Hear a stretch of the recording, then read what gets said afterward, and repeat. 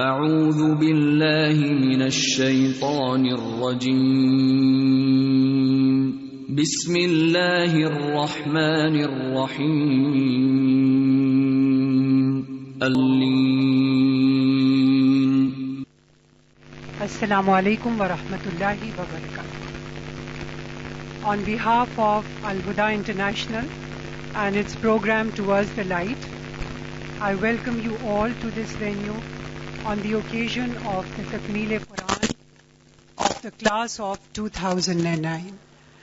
May Allah subhanahu wa ta'ala bring us all towards the light, and may the Quran illuminate the hearts of each one of us and show us the truth and show us the light in today's world where confusion and stress is rife. May Allah bring us all towards the light. Ameen.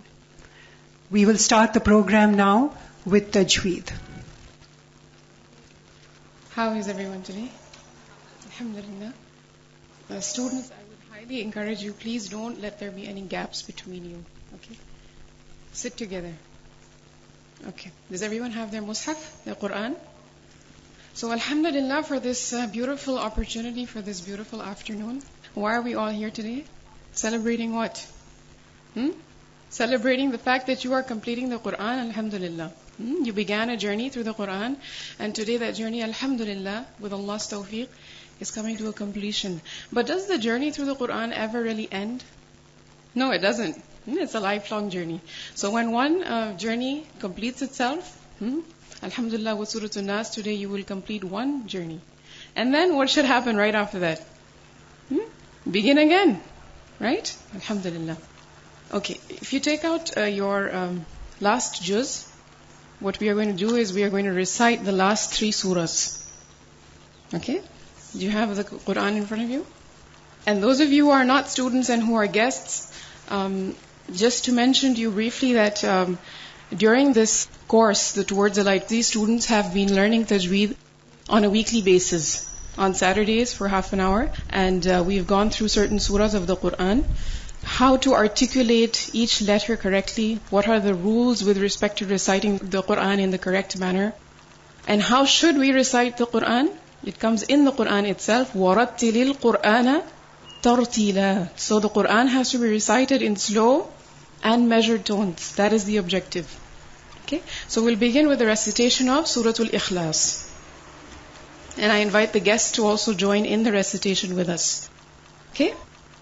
نحمده ونصلي على رسوله الكريم أما بعد فأعوذ بالله من الشيطان الرجيم بسم الله الرحمن الرحيم رب اشرح لي صدري ويسر لي أمري واحلل عقدة من لساني يفقه قولي رب زدني علما اللهم فقهنا في الدين آمين.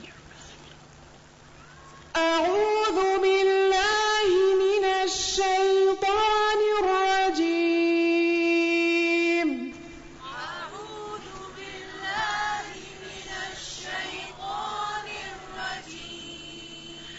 بسم اللہ الرحمن الرحیم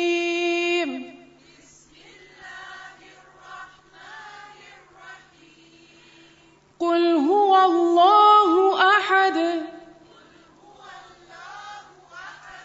اللہ الصمد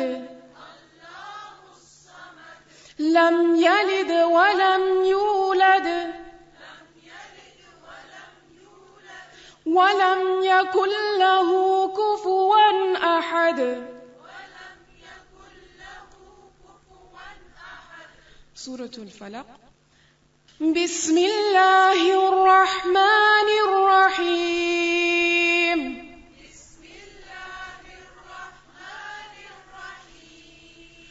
قل أعوذ برب الفلق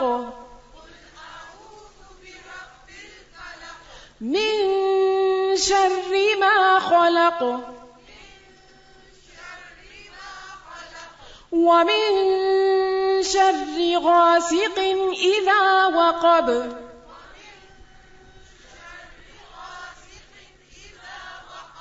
ومن شر النفاثات في العقد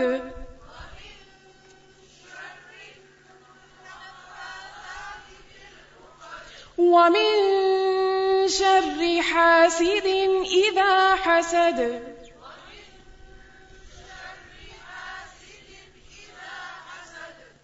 And now the last surah of the Quran, Surat An-Nas. Bismillahir Rahmanir Rahim.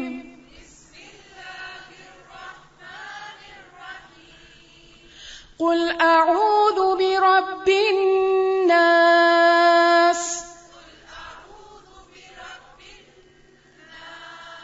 مَلِكِ النَّاسِ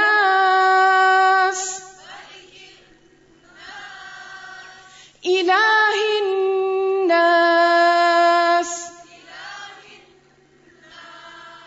مِن شَرِّ الْوَسْوَاسِ الْخَنَّاسِ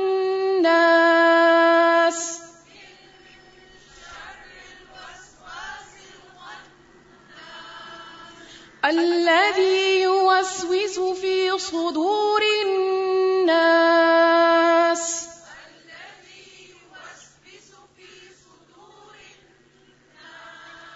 من الجنة والناس.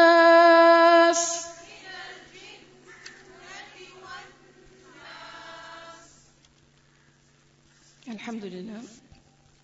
I'd just like to quote one hadith narrated by Abdullah bin Amr bin Al-As radiyallahu anhuma. Allah's Messenger sallallahu alaihi wasallam said, the one who was devoted to the recitation of the noble Quran will be asked on the day of resurrection, اقرأ وارتقي ورتل كما كنت ترتل في الدنيا فإن منزلتك عند آخر آية تقرأها. On the day of resurrection, the person who was dedicated, devoted to the recitation of the noble Quran will be told, go on reciting and ascending, as carefully and distinctly as you used to recite carefully and distinctly when you were in the world. Your station will be at the last verse of your recitation. So that is where the journey ends, not here. Okay. سبحانك اللهم وبحمدك نشهد أن لا إله إلا أنت نستغفرك ونتوب إليك ربنا تقبل منا إنك أنت السميع العليم وتب علينا إنك أنت التواب الرحيم. السلام عليكم ورحمة الله وبركاته. الله أكبر الله أكبر لا إله إلا الله والله أكبر الله أكبر ولله الحمد. الله أكبر الله أكبر لا إله إلا الله والله أكبر الله أكبر ولله الحمد. الله أكبر الله أكبر لا إله إلا الله والله أكبر الله أكبر ولله الحمد. نحمده ونصلي على رسوله الكريم. أما بعد فأعوذ بالله من الشيطان الرجيم. بسم الله الرحمن الرحيم. رب اشرح لي صدري ويسر لي أمري واحلل عقدة من لساني يفقه قولي. ربنا زدنا علما اللهم فقهنا في الدين. اللهم أرنا الحق حقا وارزقنا اتباعه وأرنا الباطل باطلا وارزقنا اجتنابه. اللهم انفعنا بما علمتنا وعلمنا ما ينفعنا وزدنا علما. آمين يا رب العالمين. We will do inshallah ta'ala the last 3 surahs of the Quran, and that is how inshallah we will reach the takmeel. So first of all, let us have the recitation of Surah Al-Ikhlas. Bismillah. أعوذ بالله من الشيطان الرجيم. بسم الله الرحمن الرحيم. Surah Al-Ikhlas is also called Surah At-Tawheed. Al-Ikhlas means purity. Tawheed is the unique unity of Allah subhanahu wa ta'ala. Why is it called Surah Al-Ikhlas? Because it purifies our hearts. There are 2 surahs in the Quran, Surah Al-Kafirun and Surah Al-Ikhlas, which both purify the heart from shirk. and which tell us who Allah subhanahu wa ta'ala is. Surah Al-Ikhlas is a Makkan surah. It is an early Makkan surah. Initially, when Rasulullah sallallahu alaihi wasallam started the work of dawah, the Arab polytheists were used to worshipping idols made of stone and clay and wood. And they were used to worshipping idols which had relationships with one another. There were husbands, wives, children, parents. And the devotees had to give food and drinks and clothing, etc. to these idols and keep them clean and pure themselves. When Rasulullah sallallahu alaihi wasallam's message of Tawheed came like a light in this darkness, the people could not understand. They could not comprehend. And they wanted to know who this God is, who Rasulullah sallallahu alaihi wasallam is calling us to. What is he made of? Is he made of gold and silver? Who is his father? What is his lineage? They couldn't understand. And so in answer to their queries, Allah subhanahu wa ta'ala reveals Surah Al-Ikhlas. It has very short verses, very decisive and clear-cut. And in this, Allah subhanahu wa ta'ala gives us His introduction. If we ponder carefully, if we reflect on the meanings of this surah, it will bring us closer to Allah subhanahu wa ta'ala. And it will develop the love for Allah in our hearts. And it is a way to take a person to paradise. Rasulullah sallallahu alaihi wasallam called this surah 1/3 of the Quran. Why? Why is it called 1/3 of the Quran? Because the message of the Quran is based on 3 basic unities. One is Tawheed, the other is Risala, and the third is Akhirah. Tawheed, belief in the unique unity of Allah subhanahu wa ta'ala. Number 2, Risala, belief that Rasulullah sallallahu alaihi wasallam is the messenger of Allah subhanahu wa ta'ala. And Al-Akhirah, the belief in accountability. Whatever we do, whatever we say, whatever we plan deliberately, we are accountable to Allah for everything. And one day, you and I, we will all be standing in front of Him, giving an account of everything that we had done in this world. And then we will be rewarded accordingly. And because 1/3 of the basic Islamic Aqeedah is based on Ikhlas, thus Rasulullah sallallahu alaihi wasallam called it 1/3 of the Quran. And he encouraged people to recite it at night, especially morning and evening, 3 times each. It was Rasulullah sallallahu alaihi wasallam's sunnah that before sleeping, he used to recite the last 3 surahs of the Quran, blow on his palms, and pass those hands over his face, his head, the front of his body, till as far as his hands could reach.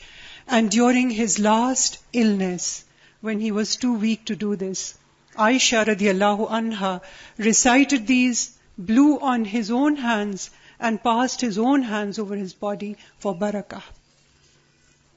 There are many ahadith also related to this surah. In Abu Dawood, there is a hadith in which Rasulullah sallallahu alaihi wasallam is reported to have said, and the gist of the hadith is, anyone who recites Surah Ikhlas and Muawwadhatain in the morning, they will be sufficient for him against every affliction. Also in Musnad Ahmad, there is another hadith in which Rasulullah sallallahu alaihi wasallam is reported to have said, I'll show you 3 surahs revealed in the Torah, Injil, Zabur and Quran. Don't sleep at night until you have recited them. And they are Surah Al-Ikhlas and the Muawwadhatain. All the 3 surahs which inshallah ta'ala we are going to do today. Bismillahir Rahmanir Rahim. Qul huwallahu ahad. Qul, say, who, He is, Allahu, Allah, Ahad, the one, the only, the unique one. Say He is Allah, the One. Rasulullah sallallahu alaihi wasallam is being commanded to say it. Tell these people who are asking you what God is made of. Is He made of gold or silver? What is His lineage? Who are His parents? Who are His children? Tell them, Qul. Make it clear to people. Hu Allahu. He is Allah. And this negates the concept held by atheists that there is no God. Allah subhanahu wa ta'ala is making it amply clear. He is Allah. There is God and His name is Allah. Allah subhanahu wa ta'ala. He is Allah, the One, Ahad. The word Wahid is a commonly used word. But Ahad, this word is unique for Allah subhanahu wa ta'ala. Because there is no match.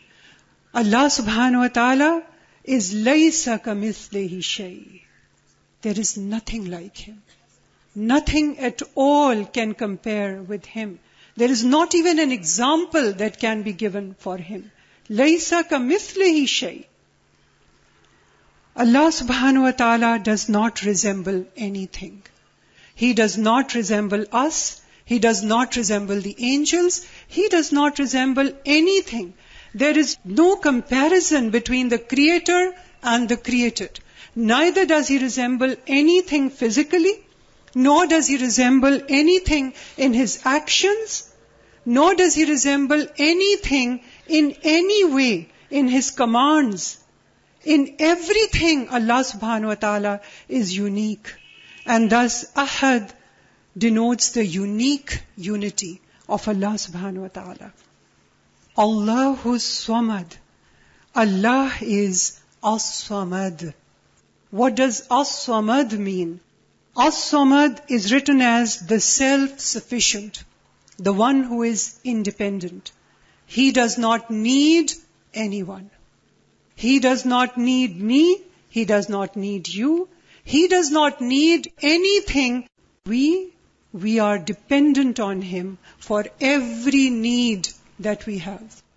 For everything, for each breath that we breathe, for each time our heart beats, for the blood as it flows in our veins, for everything we need Him. We are in need of Allah subhanahu wa ta'ala. Allah is As-Samad. And how is He? Allah is perfect. He is perfect in His physical form, whatever that is. We don't know what it is like, because He does not resemble any of His creations. Allah subhanahu wa ta'ala is perfect in all His qualities. No other creation is perfect, except Allah subhanahu wa ta'ala, the Creator. He is the only one who is perfect in everything. He is perfect in the commands He gives us. Allah subhanahu wa ta'ala is alive and will always remain alive. He has always been alive. He will never die. His powers will never decline. He does not sleep. He does not forget. He has no flaws. He faces no problems. He is perfection personified. Nobody else can match Him in any single quality of Allah subhanahu wa ta'ala. Allah has no shortcoming. Allah is perfect in every way. Allah is always the victor. Allah can never be defeated. He is victorious in whatever He wants to do. His command is like the blinking of an eye. All He needs to do is say kun fayakun, and it happens. Rasulullah sallallahu alaihi wasallam said, Allah said, the son of Adam tells a lie against me, though he does not have the right to do so. And he abuses me, though he does not have the right to do so. As for his telling a lie against me, it is his saying that I will not recreate him as I created him for the first time. In fact, to repeat or to recreate a thing is easier for the one who has created it for the first time. As for his abusing me, it is his saying that Allah has begotten a son, while I am the one, As-Samad. I am self-sufficient. I beget not, nor was I begotten, and there is none like or co-equal or comparable unto me. Lam yalid walam yulad. He begets not, nor was he begotten. Ayat number 2, Allah is as-samad. Allah is self-sufficient. He does not need any partner. And then Allah subhanahu wa ta'ala says, Lam yalid walam yulad. He begets not, nor was he begotten. And this negates the concepts of the Christians who say that Allah subhanahu wa ta'ala has a son. No, Allah has no son. And it negates the concept of the Jews who say that the Prophet Azra, Uzair alayhi salam, is the son of God. Allah is negating that. Lam yalid. He begets not. Nor was he begotten. He does not have any parents. Because to have parents, to be born, means that ultimately that being will die. And Allah subhanahu wa ta'ala was always alive. He will always be alive. He has no parents. He has no children. He does not even have a spouse, a partner. So Allah subhanahu wa ta'ala begets not, nor was he begotten. And this concept is mentioned at many points in the Quran. Allah subhanahu wa ta'ala says at another point in the Quran, Surah Al-An'am, verse 101, Badi'us samawati wal ard, anna yakunu lahu walad, walam takun lahu sahibah, wa khalaqa kulla shayin, wa huwa bi kulli shayin alim. He is the originator of the heavens and the earth. How can he have children when he has no wife? He created all things and he is the all-knower of everything. Surah Maryam, verse 92 to 5, Allah subhanahu wa ta'ala says, وَمَا يَنْبَغِي لِلرَّحْمَنِ أَنْ يَتَّخِذَ وَلَدًا إِن كُلُّ مَنْ فِي السَّمَاوَاتِ وَالْأَرْضِ إِلَّا آتِي الرَّحْمَنِ عَبْدًا لَقَدْ أَحْصَاهُمْ وَعَدَّهُمْ عَدًّا وَكُلُّهُمْ آتِيهِ يَوْمَ الْقِيَامَةِ فَرْدًا. But it is not suitable for the most gracious that he should beget a son. There is none in the heavens and the earth, but comes unto the most gracious as a slave. Verily he knows each one of them, and he has counted them a full counting, and every one of them will come to him alone on the day of resurrection. Surah Al-Anbiya, verse 26. وَقَالُوا اتَّخَذَ الرَّحْمَنُ وَلَدًا سُبْحَانَهُ بَلْ عِبَادٌ مُكْرَمُونَ. And they say that the most generous has begotten a son. Glory be to him. They are but honored slaves. Narrated Mu'adh bin Jabal radiyallahu anhu, Rasulullah sallallahu alaihi wasallam said, O Mu'adh, do you know what Allah's right upon his slaves is? I said, Allahu wa Rasuluhu alam. Allah and his messenger sallallahu alaihi wasallam know better. Rasulullah sallallahu alaihi wasallam said, to worship him alone and to join none in worship with him. Do you know what their right upon him is? I replied, Allahu wa Rasuluhu alam. Allah and his messenger sallallahu alaihi wasallam know better. Rasulullah sallallahu alaihi wasallam said, not to punish them if they did so. وَلَمْ يَكُنْ لَهُ كُفُوًا أَحَدٌ. And there is none co-equal or comparable unto him. Neither physically, nor in qualities, nor in actions. Allah is laysa kamithlihi shay. And the word kufu is also referred to wife. There is nothing like him. There is no similarity, either in rank or position or physical appearance or qualities or powers or actions or commands. He is the one, the only. Allahu Samad. Narrated Abu Sa'id al-Khudri radiyallahu anhu, a man heard another man reciting Surat Al-Ikhlas say, he is Allah the One. And he recited it repeatedly. When it was morning, he went to Rasulullah sallallahu alaihi wasallam and informed him about that, as if he considered that the recitation of that surah by itself was not enough. Rasulullah sallallahu alaihi wasallam said, by him in whose hand my soul is, it is equal to 1/3 of the Quran. Narrated Aisha radiallahu anha, Rasulullah sallallahu alaihi wasallam sent an army unit under the command of a man who used to lead his companions in salah and would finish his recitation with Qul huwallahu ahad, say he is Allah, the one. When they returned from the battle, they mentioned that to Rasulullah sallallahu alaihi wasallam. He said, ask him why he does so. They asked him and he said, I do so because it describes the qualities of the Most Gracious, and I love to recite it in my salah. Rasulullah sallallahu alaihi wasallam said, tell him that Allah loves him.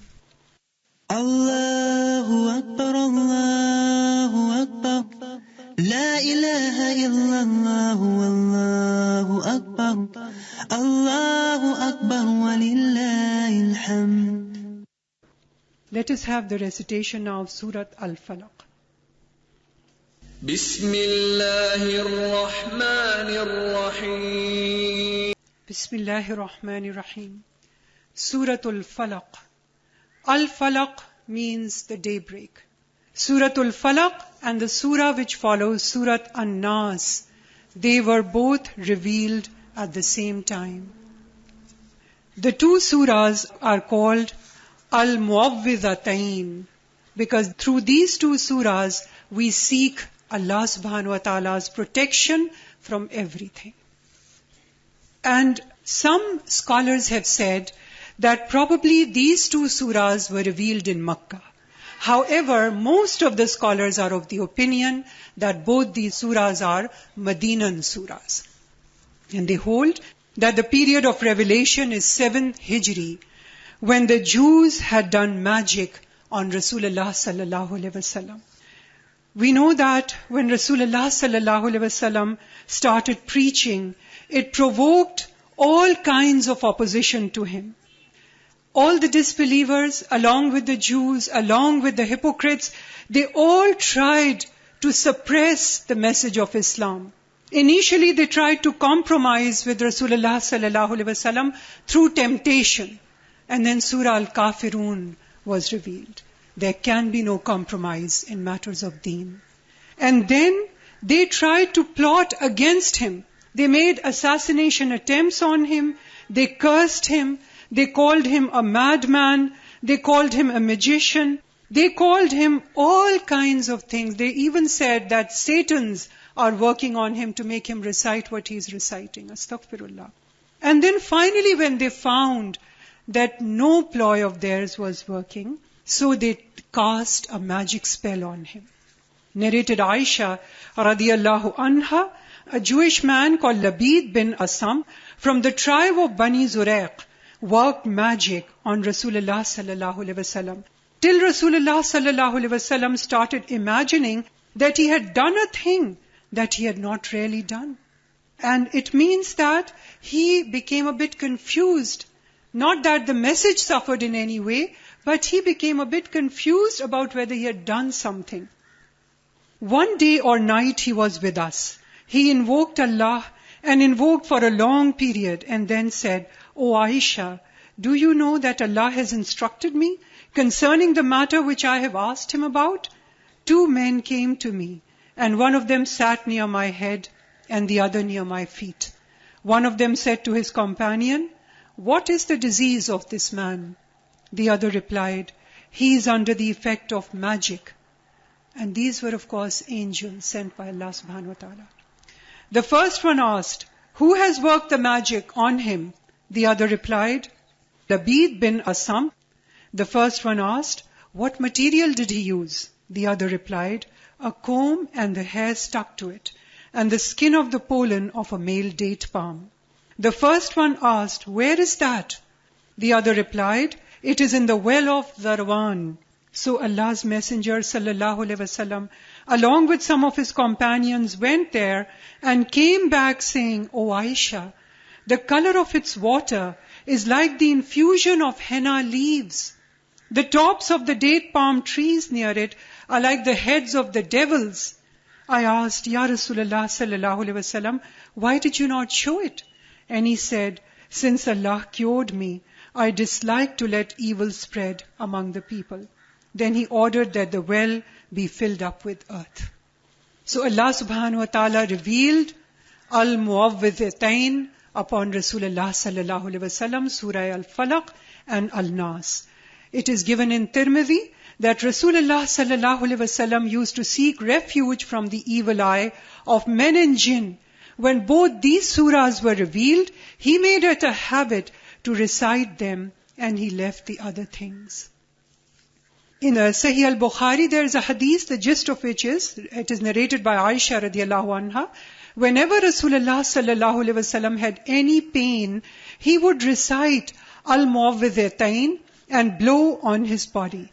When his pain increased, meaning his last terminal fatal illness, when his pain increased, I would recite these surahs, and I passed Rasulullah sallallahu alaihi wasallam's hands over his body for barakah. It was also Rasulullah sallallahu alaihi wasallam's habit that before going to sleep at night, he would recite Suratul Ikhlas and the Mu'awwidhatayn and blow on his palms and pass them over his whole body. First on his head, face and the front part of his body, and then as far as his hands would reach, and he would do this 3 times. Bismillahir Rahmanir Rahim. Surat Al-Falaq. Al-Falaq means the daybreak. قُلْ أَعُوذُ بِرَبِّ الْفَلَقِ مِنْ شَرِّ مَا خَلَقَ. Say, I seek refuge with the Lord of the daybreak from the evil of what He has created. Allah subhanahu wa ta'ala is ordering Rasulullah sallallahu alaihi wasallam, Qul, say it, A'udhu bi Rabbil Falaq. I seek refuge with the Lord of the daybreak.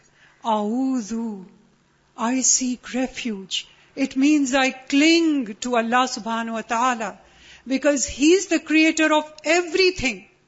If I want relief from any physical ailment, from any calamity, from any harm, from any spiritual ailment, from any calamity which might befall us in the next life, who do I cling to? Who do I seek refuge from? قُلْ أَعُوذُ بِرَبِّ الْفَلَقِ. Say, I seek refuge with the Lord of the daybreak. And Allah subhanahu wa ta'ala has used the word Lord, because Lord means the sustainer. He's the one who has created us. He's the one who sustains us. He's the one who protects us. He's the one who plans every little thing for us. And He's the one in front of whom we will stand and give an account of all our deeds. And He's the one who will ultimately decide our fate.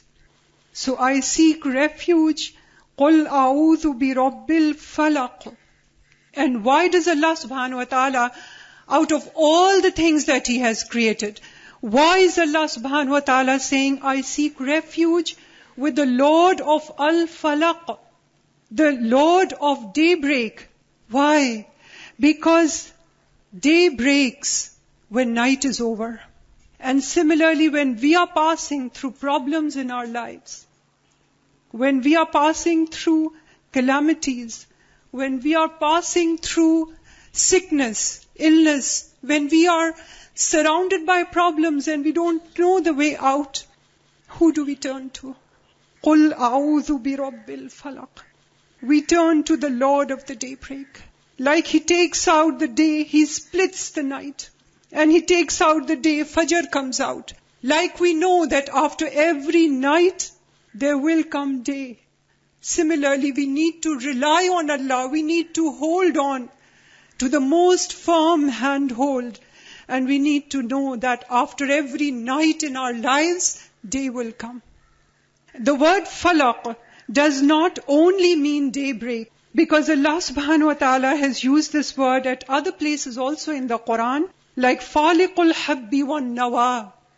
Allah is the one who splits the seed. Allah is the one who splits the grain and the seed. And this is the sign of growth. It is only when the seed splits, it is only when the shell of the egg splits that something comes out of it. Similarly, it is only when our hearts split, something good comes out of it. And knowing that Allah subhanahu wa ta'ala takes us in our lives through ups and downs. Nobody's life could always be full of joy, and nobody's life is ever full of misery. Allah subhanahu wa ta'ala takes us through these trials. So Allah is saying, when that happens to you, turn to me. قُلْ أَعُوذُ بِرَبِّ الْفَلَقِ مِنْ شَرِّ مَا خَلَقَ. What do we seek refuge with Allah from?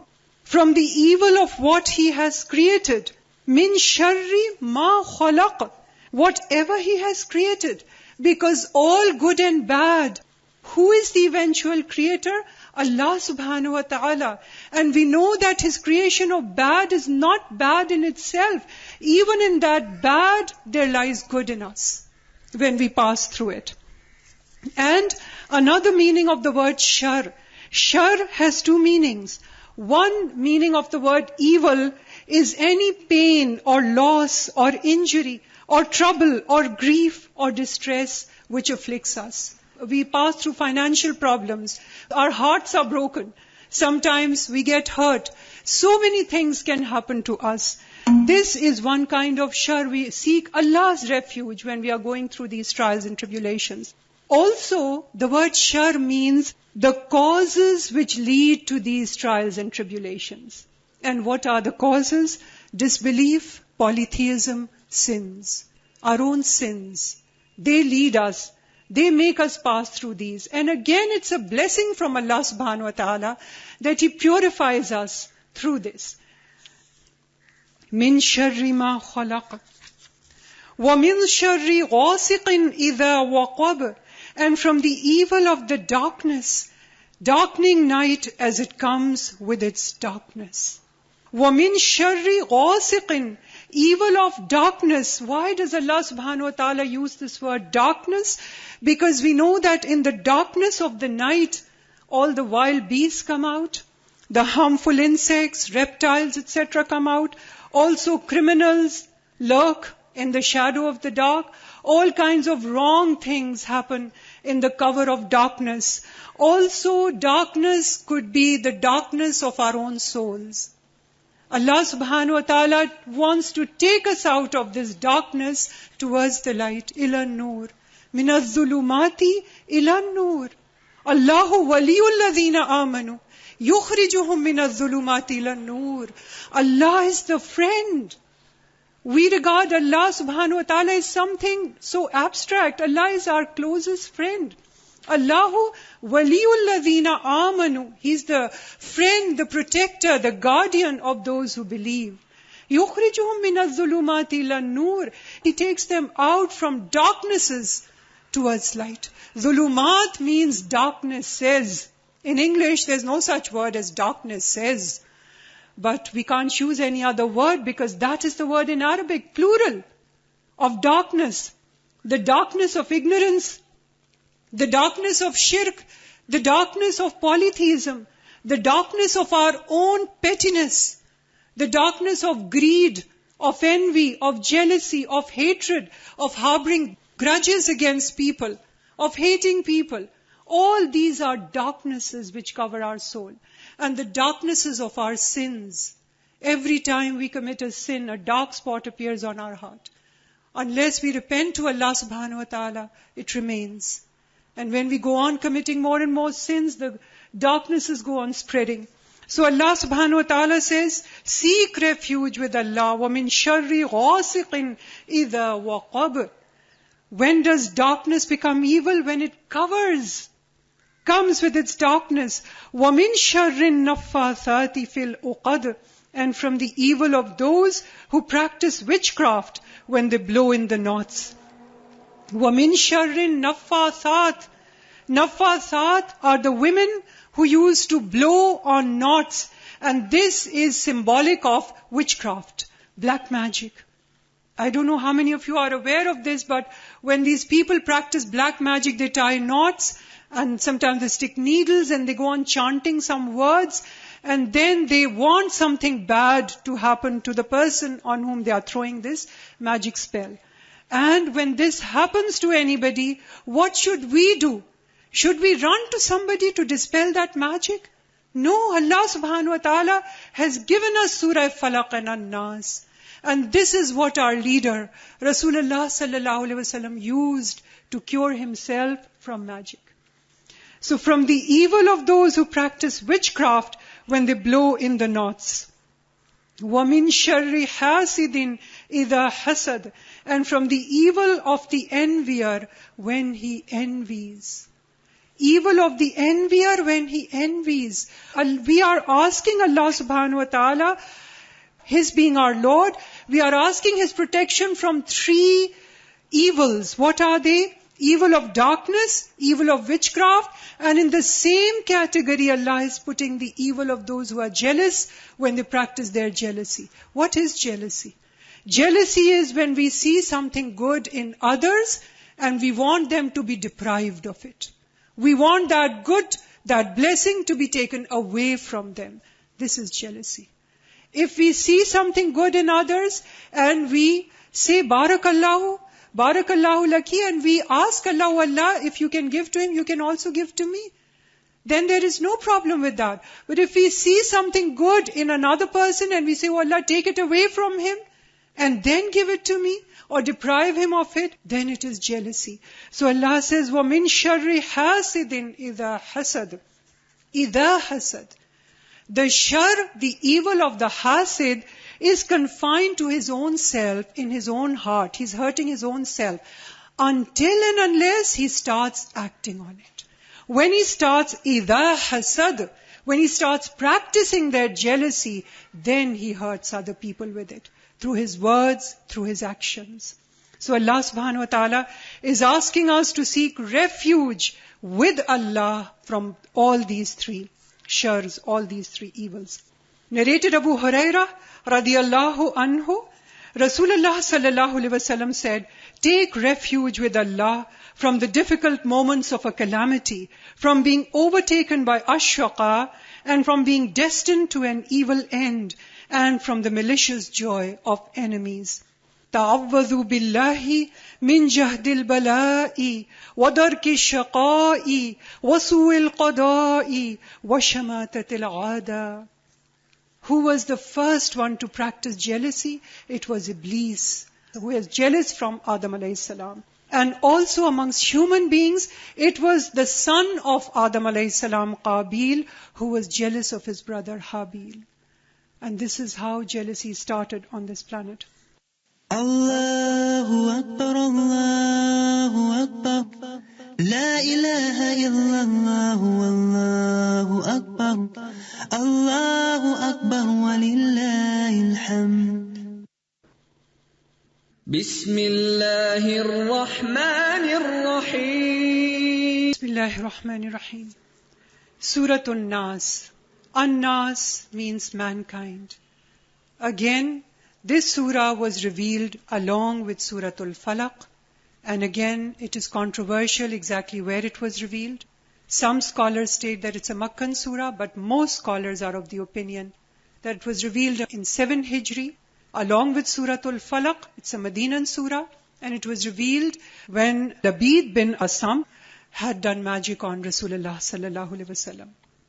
And in the previous surah, we asked Allah subhanahu wa ta'ala, through His quality of being our Rabb, we asked His protection from 3 shars, 3 evils. In this surah, we will be calling out to Allah subhanahu wa ta'ala through 3 of His amazing qualities, and we will be asking for protection from 1 evil. So we can all understand and appreciate how terrible that evil is. And that evil is the waswasa of ash-shaytan. A'udhu billahi minash shaytanir rajim. Bismillahir Rahmanir Rahim. Qul a'udhu bi rabbin nas. Say, I seek refuge with the Lord of mankind. Every master takes care of his servants. He nurtures his servants. So we are calling out to Allah subhanahu wa ta'ala, "Oh Allah, you are our master. Oh Allah, you are our creator. You are our sustainer. You are our planner. We are accountable to you. You are the one who will reward us eventually. Oh Allah, we turn to you. We seek your protection. I seek refuge with the Lord of mankind. Malikin Nas, the King of mankind. Allah subhanahu wa ta'ala is the King of all of us. These worldly kings are nothing compared to the King of the universe. It is He who is running all the solar systems, all the galaxies, everything in this universe and all the other worlds which we are not even aware of. Allah, you are the King. We seek your protection, and like every subject seeks the protection of his King, we are seeking your protection. Ilahin Nas, the God of mankind. O Allah, you are not only our Lord, you are not only our King, you are our God. And who is a God? A God is one who is sustaining the entire universe, who the entire universe worships, except for some men and jinn, disobedient men and jinn. And even then, even those disobedient men and jinn, if we look at how their own bodies are functioning, they are obeying only Allah subhanahu wa ta'ala's commands. We cannot breathe without His command. Our heart will not beat without His command. We cannot be alive without His command. He is our God. We worship Him and nobody but Him. And we turn to Him for every need that we have. Min sharril waswasil khannas, from the evil of the whisperer who withdraws after his whisper. From the evil of the whisperer. Who is this whisperer? It is the Satan. It is Iblis. It is the devil. And how does he whisper? He whispers in our hearts. He whispers in our hearts without a sound, with only his breath. And thus we don't even hear his words. We just conceive it as an idea that has come to our own hearts, to our own minds, as if it is our own idea. Min sharril waswasil khannas. And he withdraws. When does he withdraw? When the slave remembers Allah subhanahu wa ta'ala. There is an angel who keeps on motivating us to do good deeds. And running inside the bloodstream of each one of us is the Satan, who keeps on provoking us to do bad, to do evil. And as soon as the slave remembers Allah, does dhikr Allah, Iblis goes away. And when we stop remembering Allah, he comes back. And he again puts all kinds of wrong things in our hearts. The gist of a hadith in Sahih al-Bukhari is, once Rasulullah sallallahu alaihi wasallam was in itikaf, when his wife, Safiya radiallahu anha, came to meet him. It was night time. So Rasulullah sallallahu alaihi wasallam accompanied her home. On the way, two Ansari Sahabi passed by. And when they saw Rasulullah sallallahu alaihi wasallam walking with a lady, they hurriedly went away. They started going away.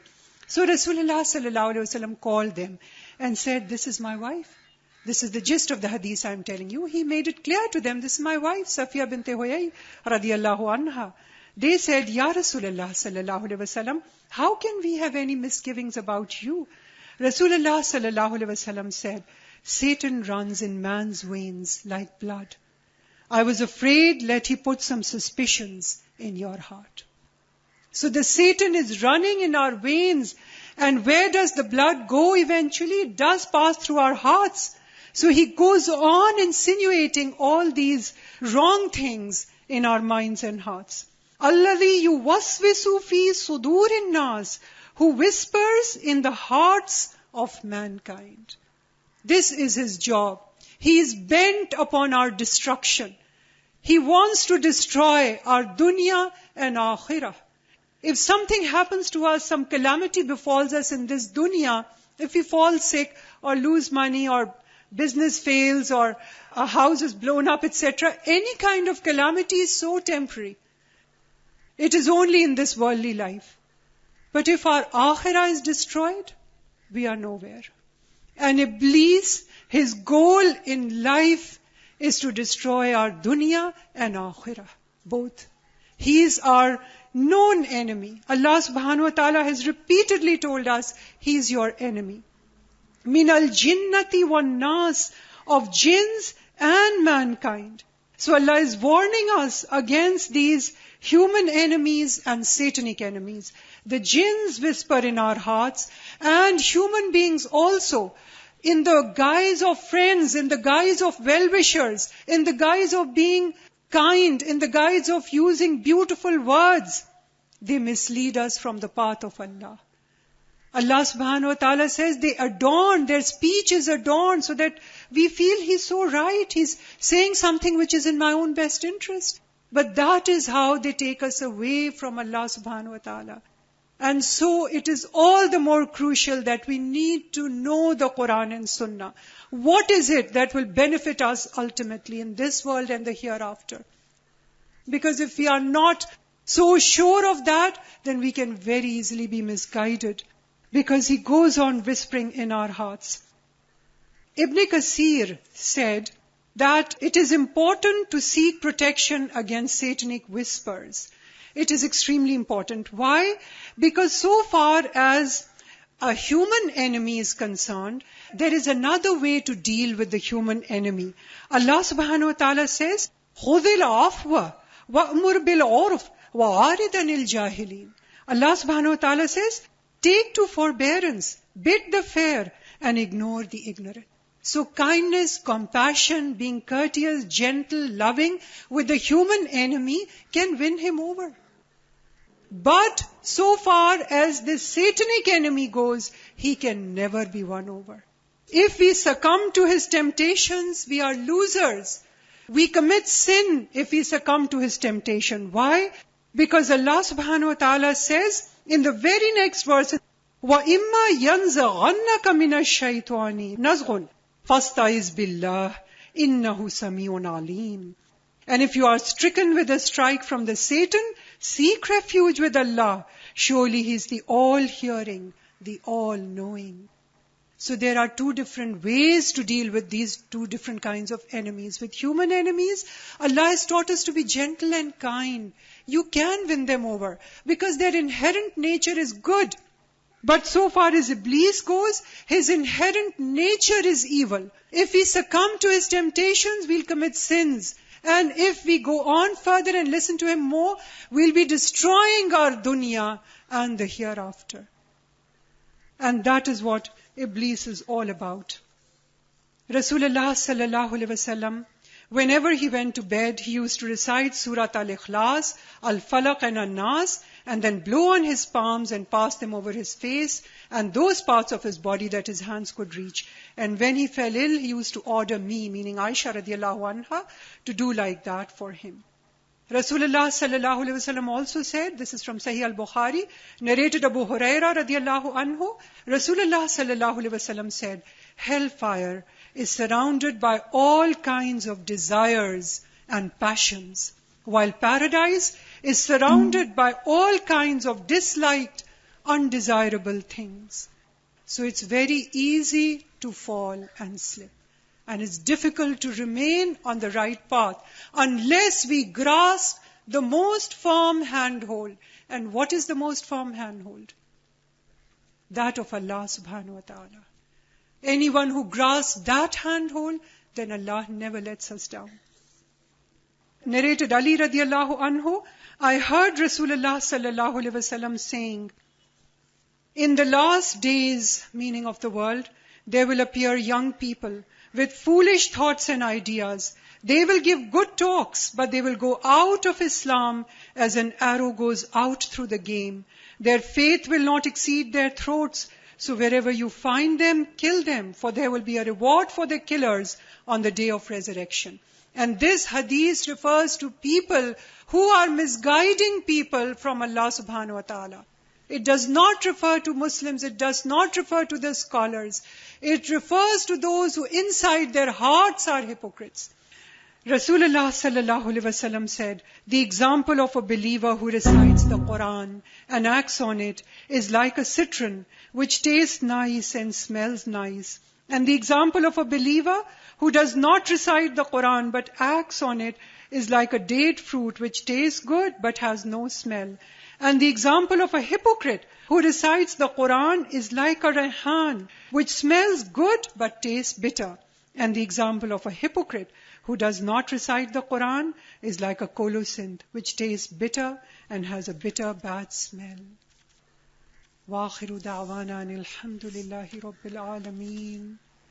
اللہ اکبر اللہ اکبر لا الہ الا اللہ واللہ اکبر اللہ اکبر وللہ الحمد.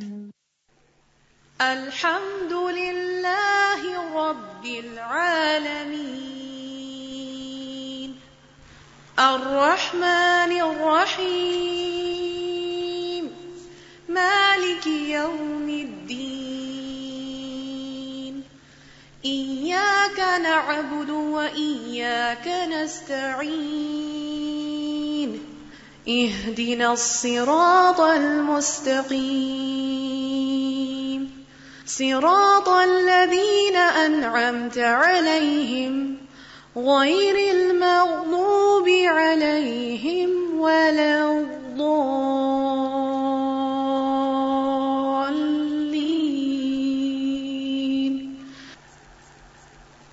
Surat Al-Fatiha, the opening. Bismillahir Rahmanir Rahim.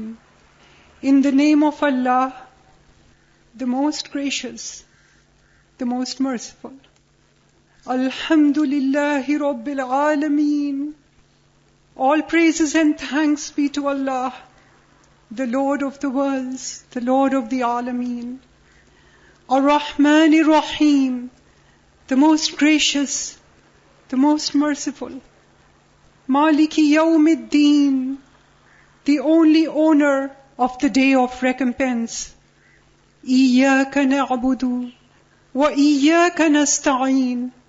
You alone do we worship, and you alone do we ask for help. Ihdina as-siratal mustaqim. Guide us on the right path. Siratal ladhina an'amta alayhim. The way of those on whom you have bestowed your grace. Ghayril maghdubi alayhim.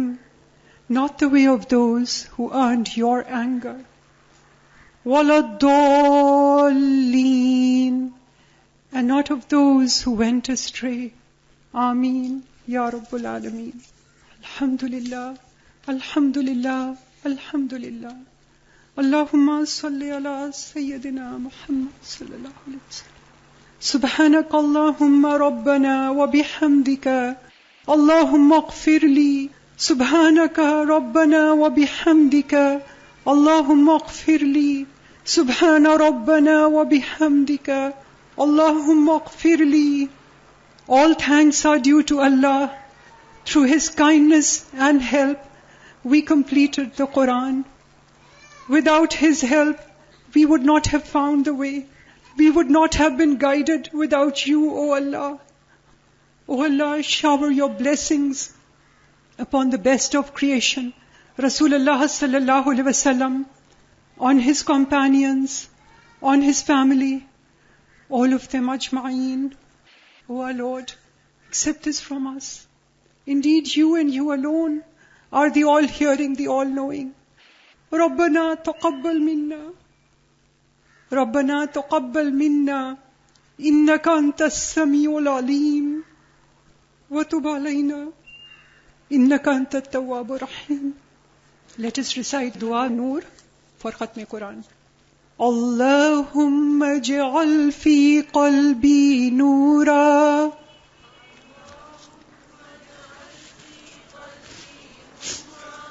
wa fi basari nooran wa fi sam'i noora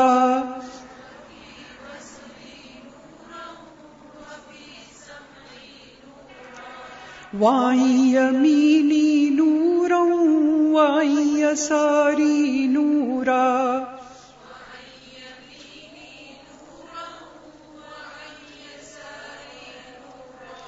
وفوقي نورا وتحتي نورا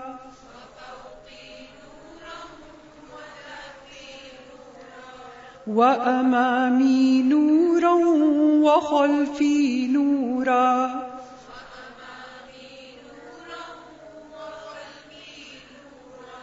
واجعل لي نورا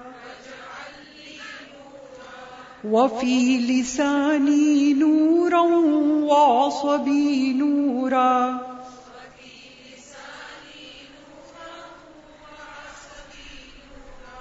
ولحمي نورا ودمي نورا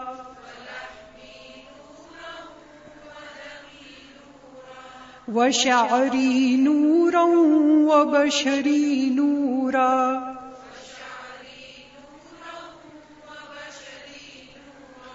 واجعل في نفسي نورا وعظم لي نورا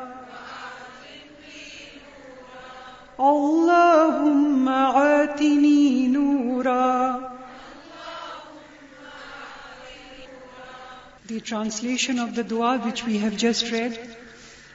O Allah, make for me light in my heart, and light in my seeing, and light in my hearing, and light to my right, and light to my left, and light below me, and light above me, and light in front of me, and light behind me, and make light for me, and light in my tongue, and light in my muscles, and light in my flesh, and light in my blood, and light in my hair, and light in my body, and light in my soul, and magnify the light for me, O Allah, bestow me with light. Ameen. Allahumma arzuqni at-tafakkura wat-tadabbura bima yatluhu lisani min kitabik wal-fahma lahu wal-ma'rifata bima'anih wan-nadhara fi ajaibih wal-amala bidhalika ma baqit innaka ala kulli shay'in qadir. This is Umar radiyallahu anhu's dua. O Allah, grant me the ability to reflect and ponder on and to understand whatever my tongue reads from your book, and to recognize its meanings and wonders, and to act according to it as long as I live. Indeed, you have power over everything. Rabbi awzi'ni an ashkura ni'mataka allati an'amta alayya wa ala walidayya wa an a'mala salihan tardahu wa aslih li fi dhurriyyati inni tubtu ilayka wa inni minal muslimin. O Allah, we could not have found the way without your help and guidance. O Allah, accept our gratitude. Rabbi awzi'ni an ashkura ni'mataka allati an'amta alayya. O Allah, thank you for giving us the Quran. O Allah, thank you for showing us the light. O Allah, if it was not for you, we would have been in darkness. O Allah, any mistake in the teaching of the Quran is from me. Please forgive me. O Allah, accept the efforts of all the participants and reward them abundantly who have helped and who are still doing this job of conveying the Quran, conveying your Quran, your light to everybody. O Allah, make their job easy. O Allah, reward them tremendously. O Allah, let this light reach the heart of every person on earth. O Allah, those who are opposed to it, O Allah, give them guidance. O Allah, give them also the light of the Quran. O Allah, grant us love for your Quran. O Allah, make us obey every command of yours. O Allah, make us obey the commands of Rasulullah sallallahu alaihi wasallam. O Allah, make us follow the sunnah of Rasulullah sallallahu alaihi wasallam. O Allah, make us love you and make us love Rasulullah sallallahu alaihi wasallam more than anybody, including our own selves. O Allah, put your blessings in our families. Let them become our supporters in this work for Deen. O Allah, bring our children, bring our spouses, bring our parents, bring our relatives, our neighbors, our friends, everybody and anybody we know towards this light of the Quran. O Allah, what you have given us, O Allah, give this to everybody we love. Rabbana hab lana min azwajina wa dhurriyyatina qurrata a'yun waj'alna lil muttaqina imama. O Allah, help us in conveying your word to all our loved ones. O Allah, have mercy on our parents. those of our parents who are no longer in this world. O Allah, grant them Jannatul Firdaus. O Allah, overlook their mistakes. O Allah, shower your blessings on them in their graves. O Allah, be kind and merciful and gentle with them on the day of resurrection. O Allah, those of our parents who are alive, shower your mercy on them. Those of our parents who have become old, O Allah, make us obedient to them. O Allah, make us behave with them like it would please you. O Allah, shower your mercy and kindness on our parents and give them long, happy lives. And O Allah, bring them to us the Quran. Rabbirhamhuma kama rabbayani saghira. O Allah, be kind and merciful to them like they were kind and merciful to us when we were small. O Allah, make our homes, our hearts, our country all peaceful. O Allah, remove all the problems, all the troubles, all the stresses and strains. O Allah, bring deen to this country. O Allah, bring deen to our homes. O Allah, bring deen to our hearts. O Allah, bring the joy and peace that will follow then. O Allah, make us accustomed to that joy and that peace which the Quran brings to our hearts. Because indeed you say, Ala bi dhikrillahi tatma'innul qulub. O Allah, help the Muslim Ummah everywhere, wherever they are in the world. O Allah, help the Muslim Ummah. O Allah, bring them towards you. And O Allah, make their lives easy. And O Allah, remove all the problems from the Muslim Ummah wherever they are in the world. O Allah, grant us knowledge of the Quran and Sunnah. Grant us wisdom. Grant us righteous words. Grant us righteous deeds. Allahumma tahhir qalbi min al-nifaq. وعملي من الرياء ولساني من الكذب وعيني من الخيانة فإنك تعلم خائنة الأعين وما تخفي الصدور. O Allah, let us die on Iman. فاطر السماوات والأرض أنت وليي في الدنيا والآخرة توفني مسلما وألحقني بالصالحين. O Allah, protect us in our graves. ربنا اصرف عنا عذاب جهنم إن عذابها كان غراما إنها ساءت مستقرا ومقاما. O Allah, grant us protection under your throne on the day of resurrection. O Allah, forgive us all our sins. ربنا ظلمنا أنفسنا وإن لم تغفر لنا وترحمنا لنكونن من الخاسرين. O Allah, protect our tongues. O Allah, protect us from wasting time. O Allah, make us love you and make that our topmost priority.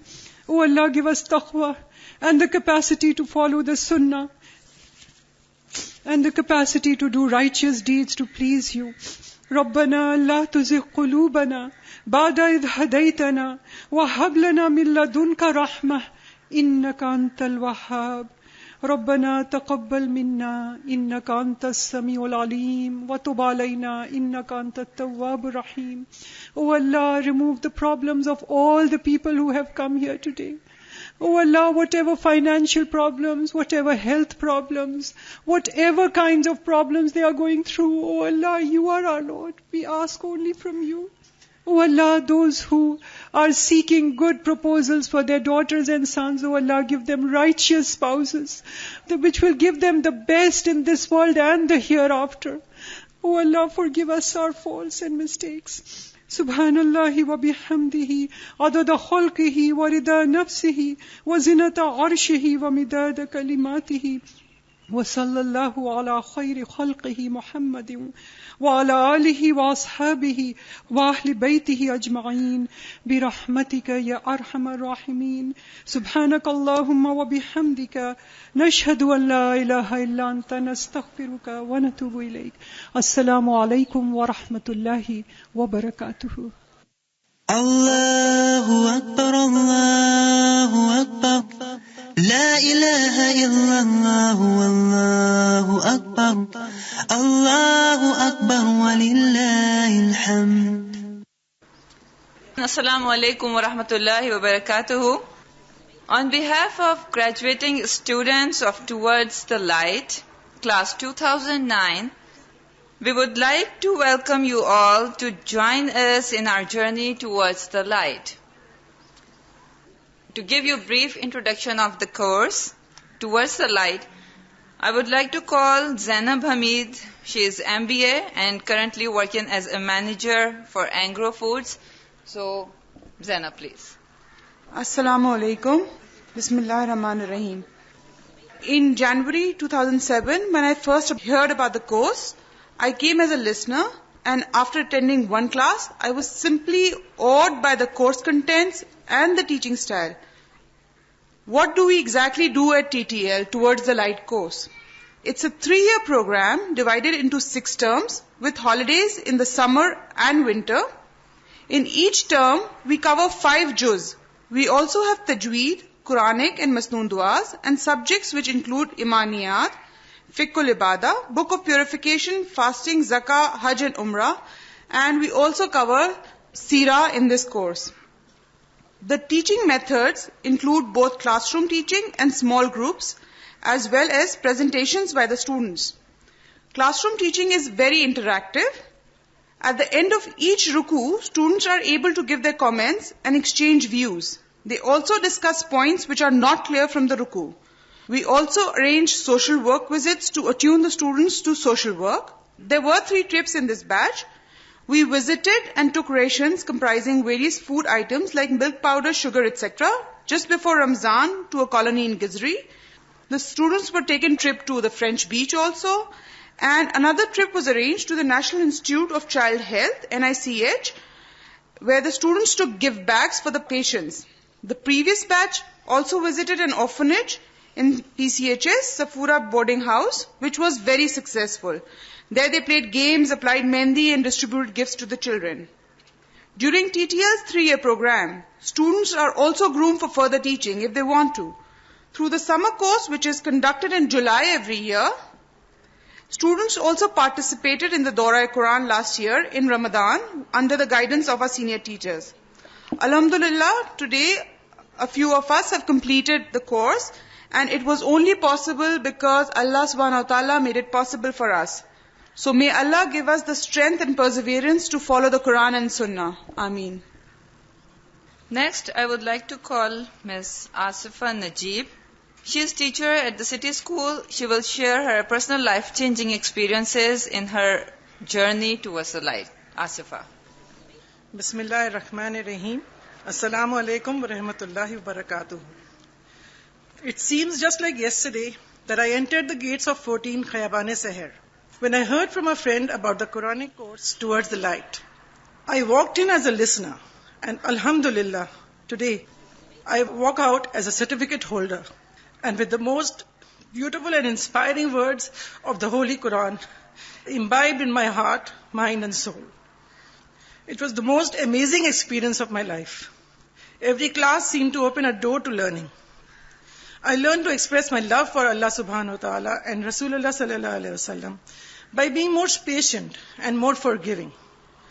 Caring and sharing was learned by visits to a hospital with goodie bags for needy children, and to a kachi abadi with rations for the less privileged. I had never imagined that every word of the Quran had so much depth in it. After listening to the explanation of the surahs, I used to be so awed and shaken that as soon as I reached home, I tried to explain the 2.5-hour lecture in 5 to 10 minutes, fearing that I may forget something important. A novel experience was the Daura-e-Quran assignment in the month of Ramzan, when I had to explain Surah Yusuf. But by God's grace and the encouragement and belief of my teachers, I did it as best as I could, stuttering and stammering at places. At times it was just like the good old school days, with the dreaded exams. Translation papers were distributed, and Dr. Imran's voice looming, "You have 15 minutes." And once again, alhamdulillah, the bridge was crossed. And I was all the more convinced that age is no bar to seeking knowledge, and especially knowledge of Deen. Allah subhanahu wa ta'ala has been merciful, and it is His ihsan for showing me the light. And may I be able to spread His message with conviction. Jazakallah khair. Assalamu alaikum wa rahmatullahi wa barakatuh. Next, I would like to call Ms. Saira Shamsi, a chartered accountant herself. Very impressive for me. manager at Institute of Chartered Accountant Pakistan, who did not miss a single class during the 3 years course. How did she manage it? Let's hear that. Assalamu alaikum rahmatullahi wa barakatuhu. I started attending Towards the Light Quran classes in October 2006. As I do a full-time job, this course was idle with classes only on Saturdays. These classes were my treasure. I did not want to lose even a moment. For years I had been wanting to learn tafsir and tajweed, particularly the ability to recite the Quran with the correct articulation and rules. Hadiths like where Abu Hurairah radhiyallahu anhu reported, Rasulullah sallallahu alaihi wasallam said, "Whoever treads the path in search of knowledge, Allah makes his way to Jannah easier." And other similar hadiths were motivational factors for me. Each week I prayed that nothing would happen that would make me miss class. I even changed jobs to ensure that. Alhamdulillah, found religious people who were very supportive, like not keeping meetings on Saturdays or exempting me from attending meetings on Saturday. Also, I experienced a lot of barakah in time.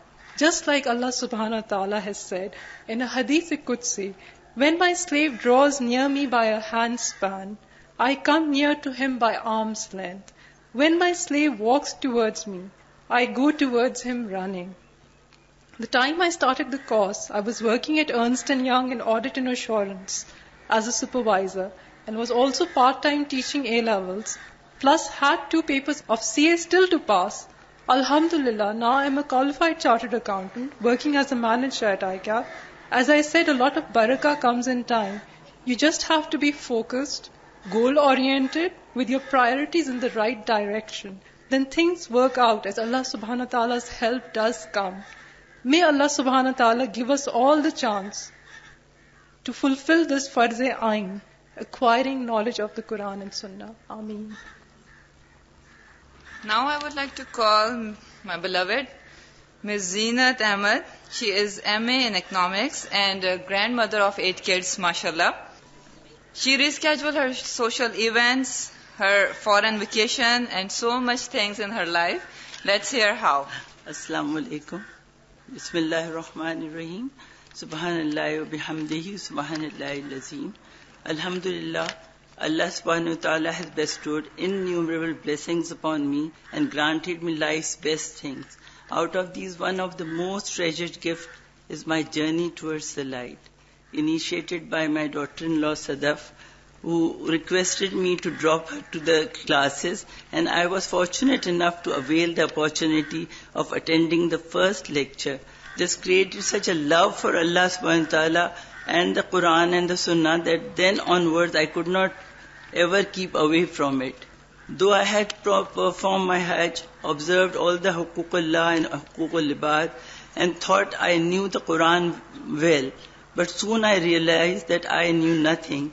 Hence I had an immense urge to learn and gain knowledge and be attached to my journey till the end of my life. After completing my 1 semester, my husband expired, inna lillahi wa inna ilaihi raji'un, and had to go through my iddat period, and the only thing that kept me strong and contented and brave through these painful days was my attachment to Quran and Sunnah.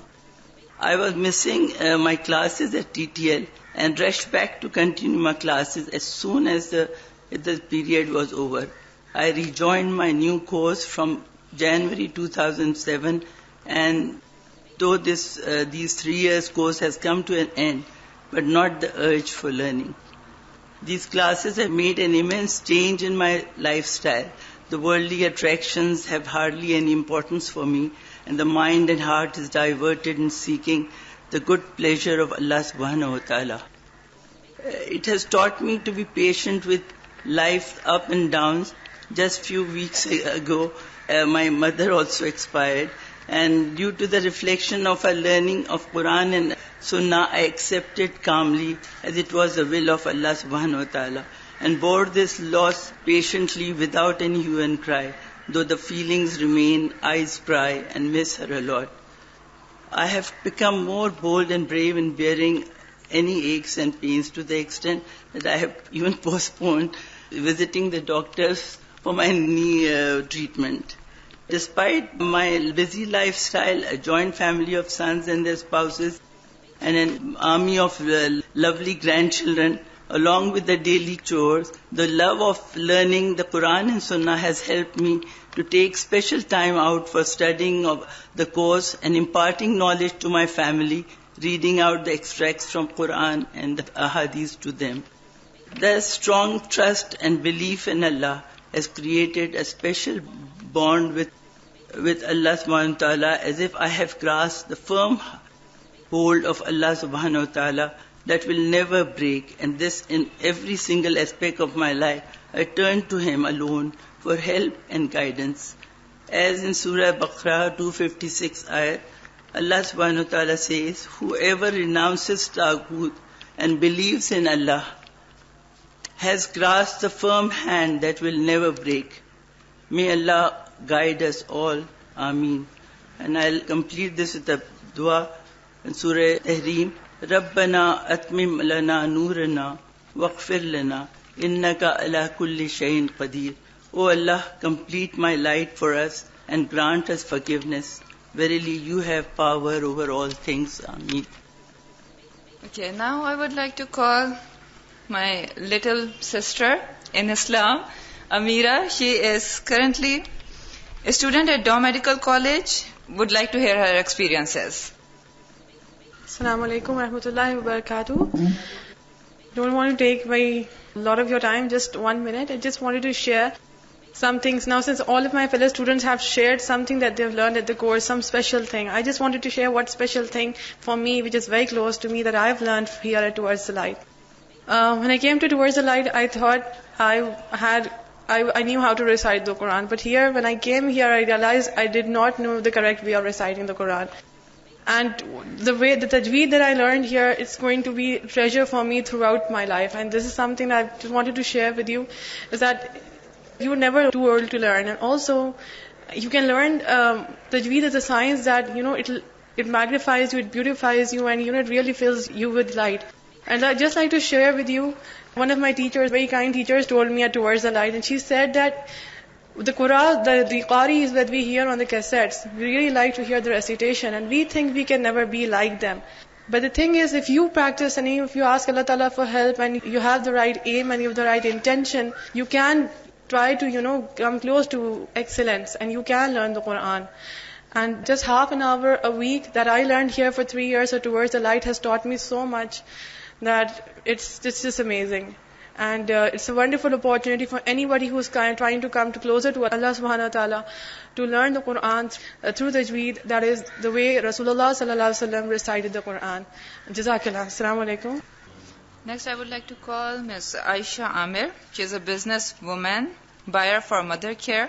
Despite her family commitment and so much of her work, chores she managed to do and coming to the class. Let's hear how.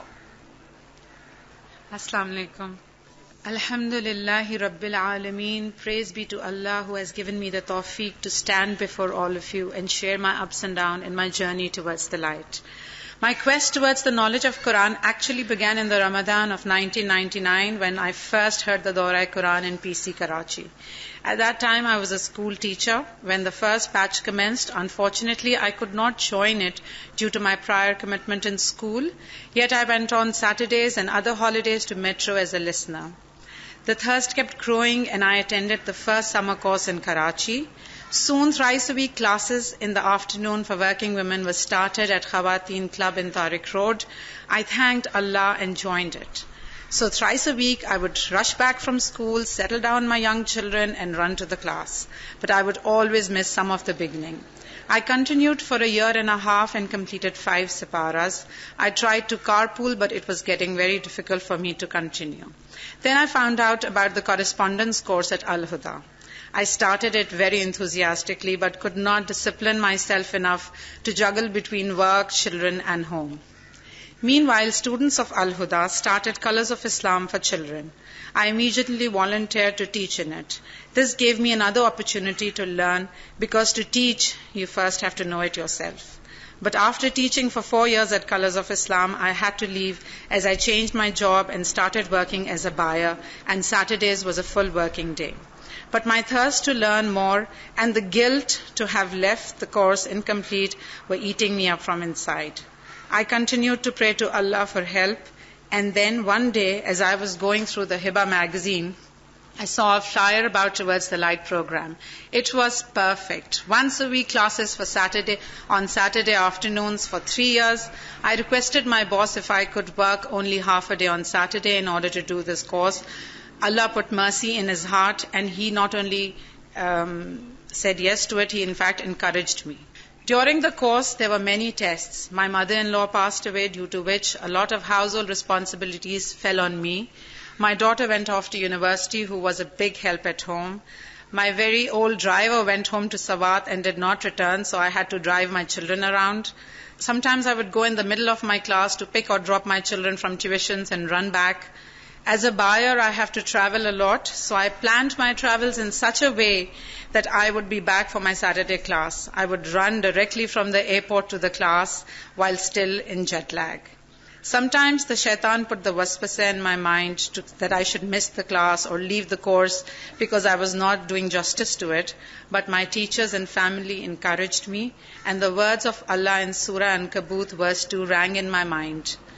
Do people think they will be left alone because they say we believe and will not be tested? So finally, after 10 years, I stand humbly thanking Allah for His mercy on me, and I sincerely pray that may Allah accept our efforts and give us the tawfiq to follow to the best of our abilities all that we have learnt. For it may seem like the end of the course, but actually we have only just wet our feet on the shores of the true knowledge and have a long way to swim across the ocean before we reach our final destination. Thank you. Most of these ladies, my class fellows, they share experiences with us. They are mothers, wives, professionals, and students. But above all, they are Muslim. Our proud is in Islam. We want the best in this life and the next, and the life hereafter. May Allah guide us all towards the light. Ameen. Jazakumullahu khair. We will now request our respected chief guest, our beloved Ustaza, Dr. Farhat Hashmi Sahiba, to kindly come and address the gathering. Assalamu alaikum wa rahmatullahi wa barakatuh. دسمبر کا مہینہ 99 اور 2009 پورے 10 سال بعد بھی ویسے ہی خوشی ہو رہی ہے جیسے، اور ویسی ایکسائٹمنٹ ہے جیسے پہلے دن تھی، اور بہت ہی اچھا لگ رہا ہے. میرا کراچی آنے کا کوئی اس ویک میں پروگرام نہیں تھا، لیکن جب مجھے پتا چلا کہ عمرانہ قرآن پاک مکمل کر رہی ہے تو میں نے سوچا کہ کیوں نہ میں بھی ایک خوشی میں شریک ہو جاؤں. تو الحمدللہ میں اسپیشلی اسی نیت سے میں ٹریول کر کے آئی ہوں، اور آپ سب نے جو قرآن پاک مکمل کیا ہے اللہ تعالیٰ آپ سب سے اور آپ کے سکھانے والوں سے قبول فرمائے، اور جتنے بھی لوگوں نے اس کام میں جس طرح بھی تعاون کیا ہے اللہ تعالیٰ ان سب کی کوششوں کو قبول فرمائے.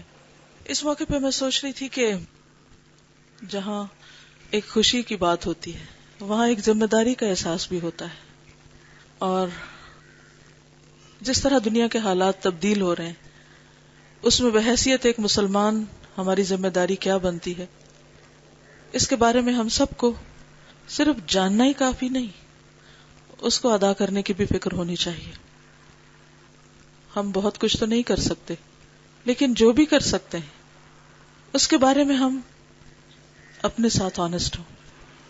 اور وہ آنےسٹی کیا ہے کہ جو بھلائی ہم اپنے لیے چاہتے ہیں دنیا اور آخرت میں وہی دوسرے انسانوں کے لیے چاہیں. اگر ہر شخص دوسرے انسانوں کے لیے ایک محبت، ہمدردی اور ایک نرم دل رکھتا ہو تو بہت سے مشکلات ختم ہو سکتی ہیں. ہم سب ایک اچھی زندگی گزارنا چاہتے ہیں، یہاں بھی اور وہاں بھی. اچھی زندگی کیسی زندگی ہوتی ہے؟ کیا وہ زندگی جس میں انسان کے پاس بہت سا مال و دولت ہو وہ اچھی زندگی ہو؟ بہت سے لوگ ہیں جن کے پاس بہت ڈھیروں مال و دولت، اتنا کہ گننے کا بھی وقت نہیں، لیکن اگر ان کے دل سے پوچھیں تو وہ خوش نظر نہیں آئیں گے. کیا اچھی زندگی اس شخص کی زندگی ہے جس کے پاس بہت بڑا گھر ہو؟ نہیں. بہت سے بڑے بڑے گھروں میں رہنے والے اپنے اندر کے اندھیروں اور اداسیوں کی وجہ سے ان گھروں کو انجوائے نہیں کر سکتے.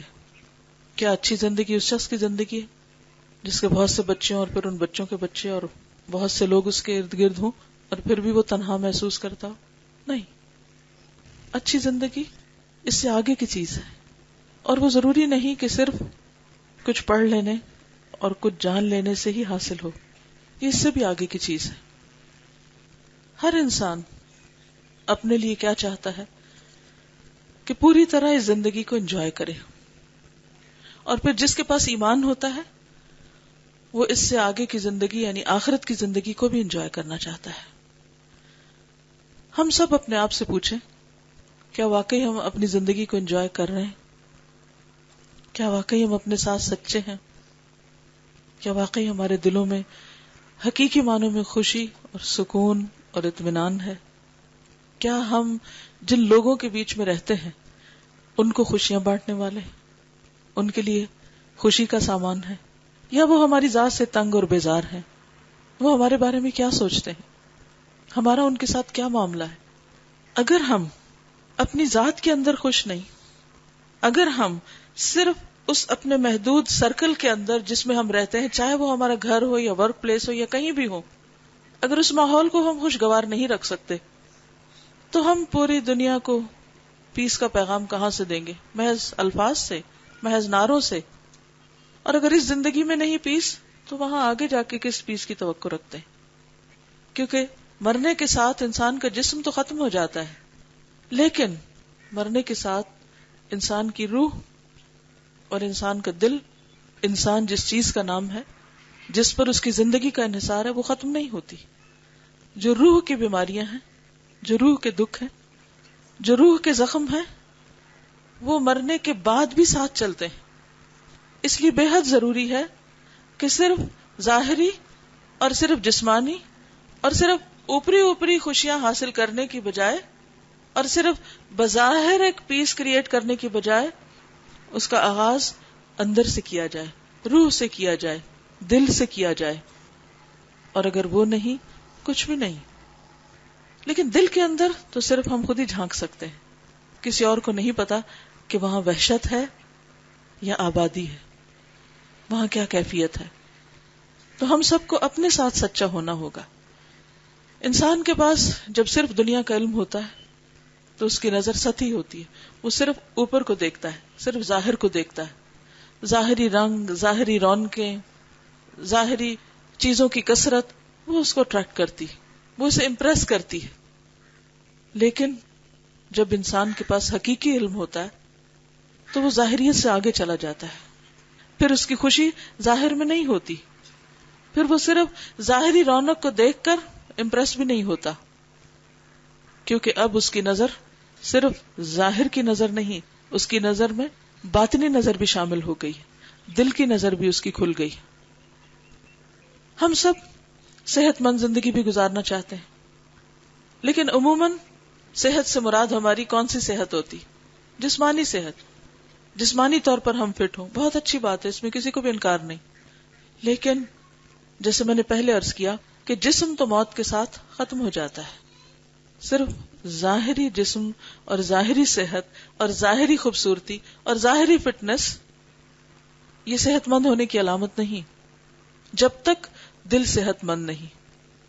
اور دل کی صحت کے لیے وہ چیز ضروری ہے جو دل کی غذا ہے، دل کا علاج ہے. کیونکہ جسمانی صحت کے لیے بھی غذا اور علاج دونوں چاہیے ہوتے، اسی طرح روحانی صحت کے لیے، دل کی صحت کے لیے بھی غذا اس کی اور علاج دونوں چاہیے. جسم کی بیماریاں جسم کو ہلاک کر دیتی ہیں، روح کی بیماریاں روح کو ہلاک کر دیتی ہیں.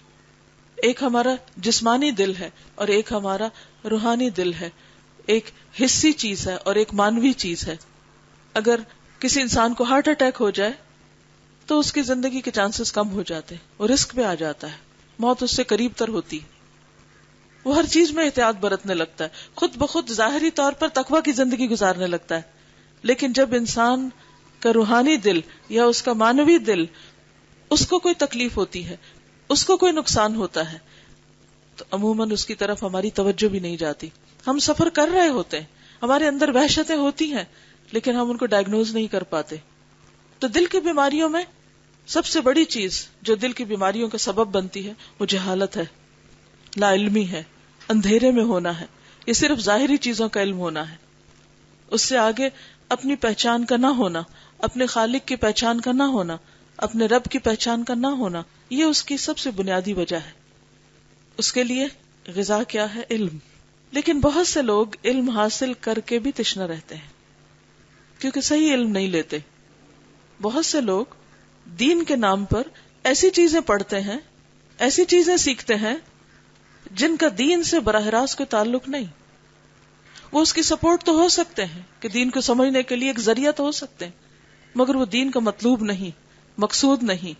آج ہمارے ہاں دینی تعلیم میں بہت زیادہ جس چیز پہ ایمفسائز کیا جاتا ہے وہ کیا ہے؟ اگر صرف قرآن کو پڑھا جائے تو لوگ اس کو کافی نہیں سمجھتے, بلکہ ہمارے میجورٹی 99% جو ہمارے دینی مدارس ہیں اس میں مکمل قرآن پاک پڑھایا ہی نہیں جاتا. اس میں قرآن کے صرف کچھ حصے پڑھائے جاتے ہیں, اور ان حصوں کو بھی اس اعتبار سے نہیں دیکھا جاتا کہ اس میں عمل کی کیا بات ہے. اس میں دیکھا یہ جاتا ہے کہ یہ جملہ کون سا جملہ ہے, اور اس کے گرامیٹیکل انالیسس کیا ہے, اور اس کا شان نزول کیا ہے, اور اس کی ہسٹری کیا ہے. اور یہ سب چیزیں ٹھیک ہے سمجھنے مددگار کسی حد تک ہو سکتی, لیکن مطلوب نہیں ہے, مقصود نہیں ہے.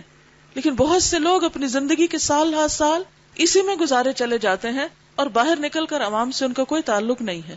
وہ اپنے الگ ہی ایک آئی لینڈ میں بس رہے ہیں. لہذا بے حد ضروری ہے کہ ہماری روح کی غذا کے لیے اللہ نے جو غذا ہمیں بھیجی ہے, غذا ہمیں دی ہے, قرآن مجید, اس کے ساتھ ہمارا ایک تعلق ہو. اس کو پڑھا جائے, اس کو سمجھا جائے, اور اس کو سمجھا جائے عمل کی نیت سے, صرف عالم بننے کے لیے نہیں. عالم بننا تو ایک ٹائٹل ہے, پھر ٹائٹل کیا ہے؟ ظاہریت.